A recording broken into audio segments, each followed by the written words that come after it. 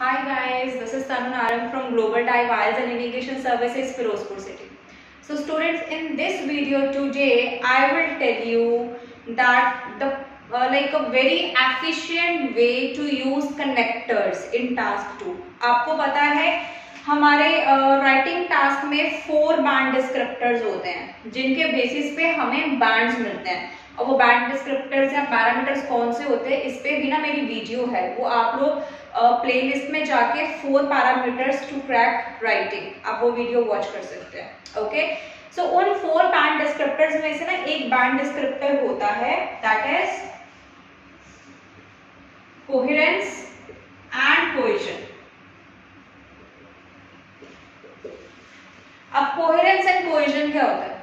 Coherence is आपका जो content है टास्क 2 का कितना रेलेवेंट है और cohesion is cohesive devices.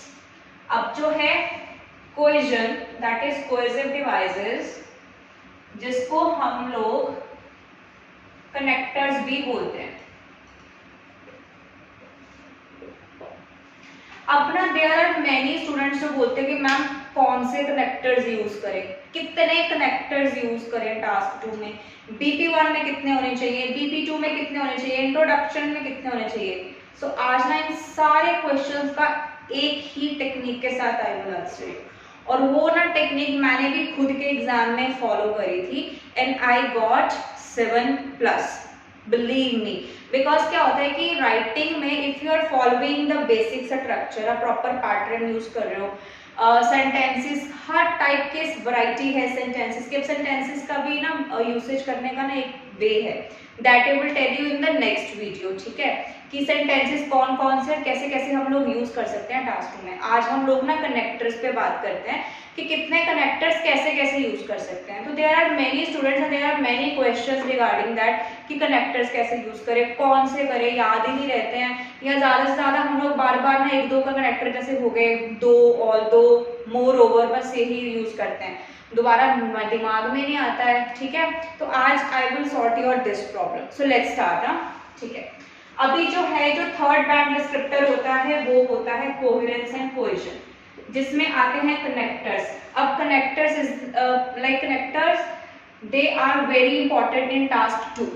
Okay, तो कनेक्टर्स, तो आज I will tell you the method. The method is BANDS BRU.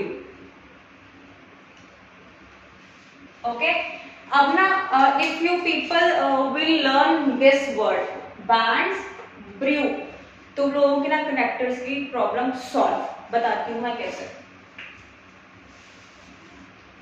Okay, right, अभी ना this B stands for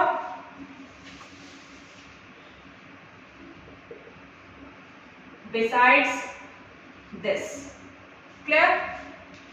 A stands for although, N stands for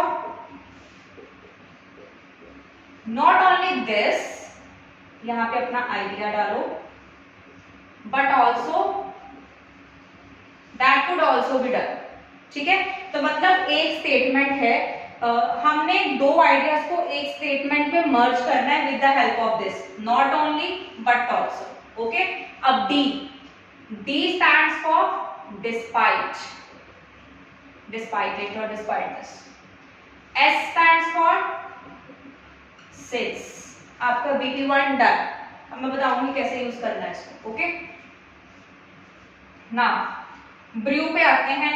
Bru का जो B है it stands for because of, right? R stands for rather than। okay, E stands for either or। okay, W stands for whilst। अब एक most important connector होता है that is however.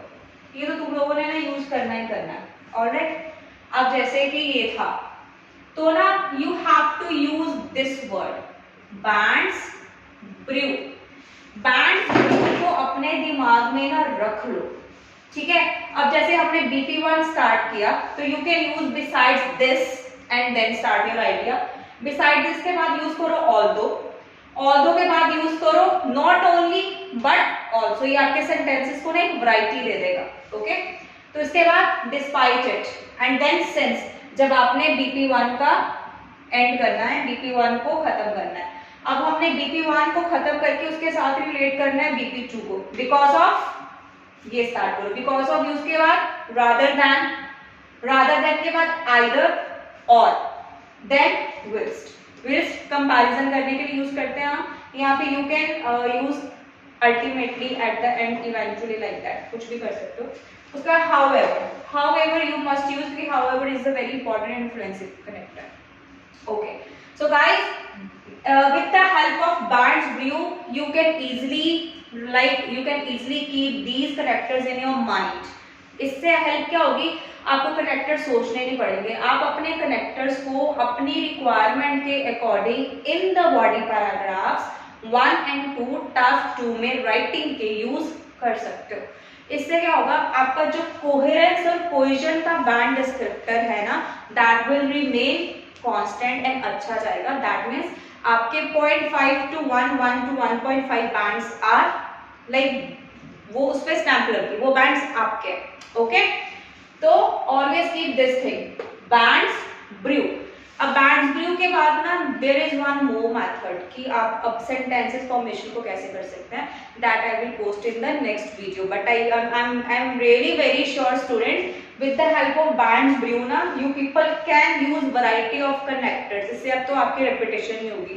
You know ना कि task 2 में repetition के bands influence हो जाते हैं, कम हो जाते हैं, तो रेपिटेशन नहीं होगी, कनेक्टर भी रिपीट होंगे तो आपके आइडियाज नहीं रिपीट होंगे, आइडियाज नहीं रिपीट होंगे तो आपका जो कोहेरेंस है, कोहेजन का बैंड डिस्क्रिप्टर है वो बहुत अच्छा जाएगा, मेंटेन रहेगा, जिससे आपके बैंड्स बहुत अच्छे आएंगे।